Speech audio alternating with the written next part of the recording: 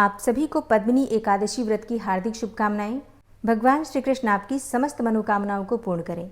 आज है 27 मई 2026, दिन है बुधवार और आज है पुरुषोत्तम मास के शुक्ल पक्ष की एकादशी पद्मिनी एकादशी। इस वीडियो में आप सुनने वाले हैं पद्मिनी एकादशी व्रत की कथा। और कथा सुनने से पहले भगवान पुरुषोत्तम के 33 नामों का स्मरण करते हैं। ओम विष्णु नमः, ओम जिष्णु नमः, ओम महाविष्णु नमः, ओम हरिः नमः, ओम कृष्णः नमः, ओम भदोक्षजः नमः, ओम केशवः नमः, ओम माधवः नमः, ओम रामः नमः, ओम अच्युतः नमः, ओम पुरुषोत्तमः नमः, ओम गोविन्दः नमः, ओम वामनः नमः, ओम श्रीशः नमः, ओम श्रीकान्तः नमः, ओम नारायणः नमः, ओम मधुरिपुः नमः, ओम अनिरुद्धः नमः, ओम त्रिविक्रमः नमः, ओम वासुदेवः नमः, ओम जगद्योनिः नमः, ओम अनन्तः नमः, ओम विश्वाक्षिभूणं नमः, ओम शेषशायिनः नमः, ओम संकर्षणः नमः, ओम प्रद्युम्नः नमः, ओम दैत्यारिः नमः, ओम विश्वतोमुखः नमः, ओम जनार्दनः नमः, ओम धरावासः नमः, ओम दामोदरः नमः, ओम मघार्जनः नमः, ओम श्रीपतिः नमः। पुरुषोत्तम मास में प्रतिदिन इस नाम को सुनने मात्र से जीवन के दुखों से छुटकारा मिल जाता है। पद्मिनी एकादशी व्रत की कथा। धर्मराज युधिष्ठिर कहने लगे कि हे जनार्दन, आपने सभी एकादशियों का विस्तार पूर्वक वर्णन करके मुझे सुनाया, अतः अब आप कृपा करके मुझे अधिक मास के शुक्ल पक्ष की एकादशी का क्या नाम है तथा उसकी विधि क्या है, इन सब के बारे में भी बताइए। भगवान श्री कृष्ण बोले, हे राजन, अधिक मास में शुक्ल पक्ष में जो एकादशी आती है वह पद्मिनी अर्थात कमला एकादशी कहलाती है। वैसे तो प्रत्येक वर्ष में 24 एकादशियां होती हैं, लेकिन जब अधिक मास या मलमास आता है तब इनकी संख्या बढ़कर 26 हो जाती है। तो अधिक मास या मलमास को जोड़कर वर्ष में 26 एकादशियां होती हैं। अधिक मास में 2 एकादशियां होती हैं जो पद्मिनी एकादशी शुक्ल पक्ष की एकादशी है और परमा एकादशी कृष्ण पक्ष की एकादशी के नाम से जानी जाती है। यह एकादशी करने के लिए दशमी तिथि के दिन व्रत का आरंभ करके कांसे के पात्र में जौ और चावल आदि का भोजन करें तथा नमक न खाएं, भूमि पर शयन करें और ब्रह्मचर्य व्रत का पालन करें। एकादशी के दिन ब्रह्म मुहूर्त में शौच आदि से निवृत्त होकर दंत धावन करें और जल के 12 कुल्ले करके शुद्ध हो जाएं।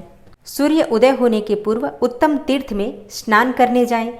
इसमें गोबर, मिट्टी, तिल तथा कुशा व आंवले के चूर्ण से विधि पूर्वक स्नान करें।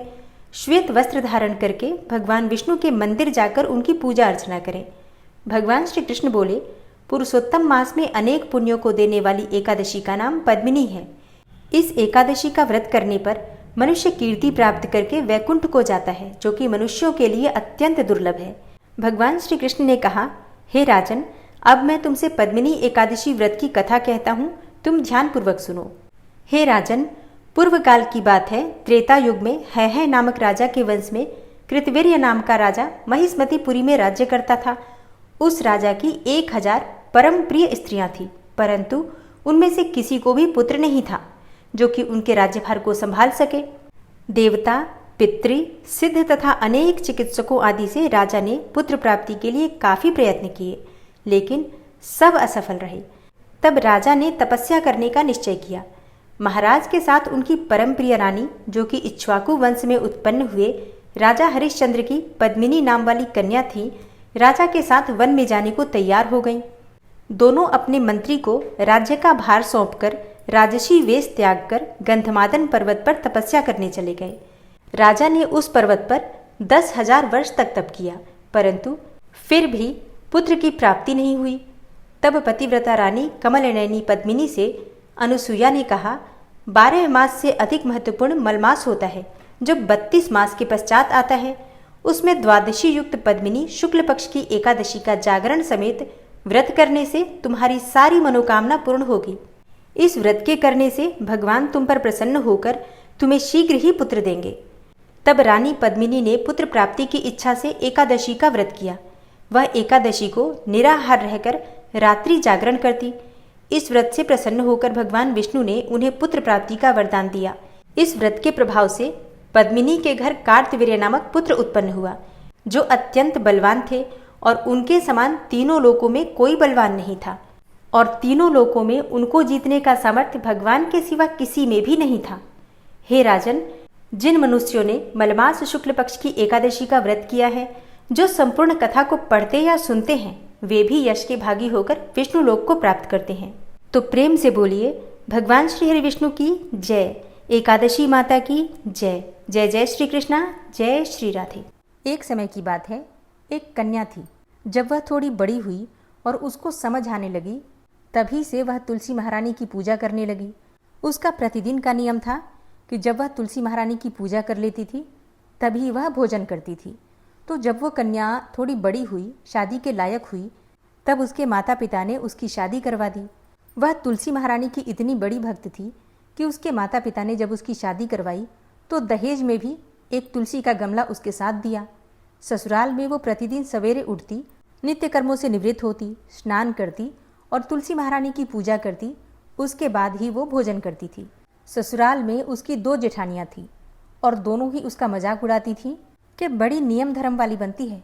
उन दोनों को उससे बहुत ईर्ष्या होती थी और इसलिए वो दोनों तुलसी जी का गमला भी छुपा दिया करती थी। फिर वह कन्या बड़ी मुश्किल से गमला ढूंढ कर लाती थी, फिर अच्छे से पूजा करती और फिर भोजन करती। और अक्सर ऐसा होता था कि जेठानियाँ प्रतिदिन गमला छुपाती और वो ढूंढ कर लाती, फिर पूजा करती, फिर भोजन करती। परंतु एक दिन क्या हुआ कि जेठानियों ने क्या करा कि गमला कहीं दूर फेंक दिया। कन्या ने बहुत ढूंढा पर उसे गमला नहीं मिला। अब वो बहुत परेशान हो गई और उस दिन तो उसने भोजन भी नहीं किया, क्योंकि उसका नियम जो था कि पहले तुलसी महारानी की पूजा करती थी तभी भोजन करती थी।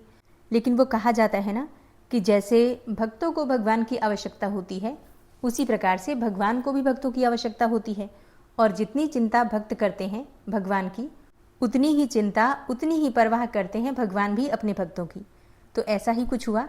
उस कन्या की सच्ची भक्ति देखकर तुलसी माता उससे बहुत प्रसन्न हो गई और उसके कमरे में तुलसी माता का गमला प्रकट हो गया। और अगले दिन जब वो सुबह उठी तो क्या देखती है कि उसके खाट के चारों तरफ तुलसी माता जी का गमला प्रकट हो गया है। और यह देखकर तो वो बहुत प्रसन्न हो गई कि अब मेरी तुलसी महारानी को कोई भी मुझसे चुरा नहीं सकेगा और तुलसी महारानी की पूजा करने के लिए भी कहीं और जाना नहीं पड़ेगा और मेरी तुलसी माता को कोई फेंक भी नहीं सकेगा। कन्या बहुत प्रसन्न हुई और जल्दी से उठी, स्नान किया। इसके बाद विधि विधान से तुलसी महारानी की पूजा की और फिर वो भोजन करने बैठी। अब तो उसकी जो जेठानियाँ थी दोनों, वो उसका मजाक उड़ाने लगी कि लो, देवरानी जी का नियम धर्म पूरा हो गया। जेठानियाँ उससे पूछती हैं कि तुलसी जी की पूजा कर ली क्या? देवरानी धीरे से बोलती है कि हाँ, कर ली। जेठानियाँ बोलती हैं, कहाँ से कर ली पूजा? गमला तो फेंक दिया था। तब देवरानी कहती है कि देख लो मेरे कमरे में जाकर, मेरे तो खाट पर भी तुलसी महारानी लग रही हैं।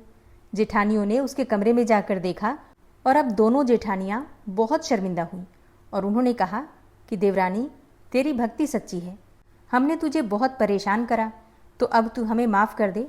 देवरानी ने अपनी दोनों जेठानियों को माफ़ कर दिया और उस दिन से जेठानियों ने भी तुलसी महारानी की प्रतिदिन पूजा का नियम लिया और विधि विधान से तुलसी महारानी की सच्चे मन से पूजा करने लगी। तो हम भी तुलसी महारानी से प्रार्थना करते हैं कि हे तुलसी महारानी, जैसे कृपा आपने देवरानी पर करी, वैसे हम सब पर भी करना। तो प्रेम से बोलिए, तुलसी महारानी की जय।